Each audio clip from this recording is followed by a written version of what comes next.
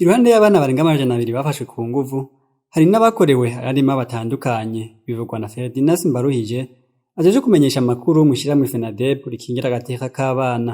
Dufatiye kumbure kuva mu kwezi kwa mbere mu kwezi kw'icumi umwanya FENADEB twasha kumenya abana bakorewe abana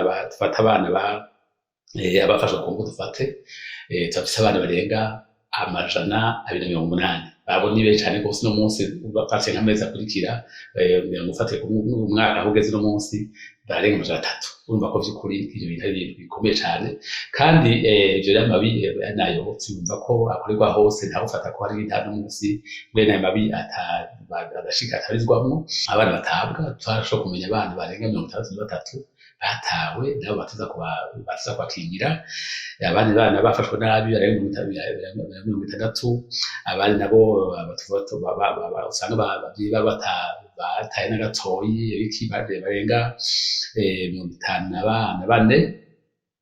Hanyuma akaba n'abandi bana bahotewe ku bijanye ivyo ku mubiri barenga nabo nyene 100 amufatiye kuri ico kintu babariye ko kuva mu kwezi kwa 10 kumwaka turimwo. Asaba abarundi bose gushira inguvu hamwe mu kurwanya ihohoterwa ry'abana ko ari igikorwa kitoroshe kandi kiraba bose.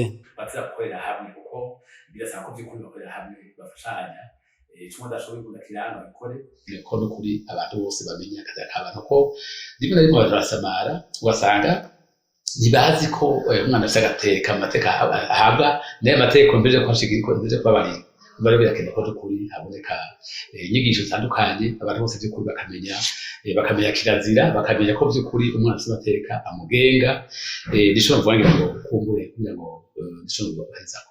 Vyiruko mu gihe hari n'abandi bana bahohoterwa ariko abavyeyi babo bakabigira ibanga.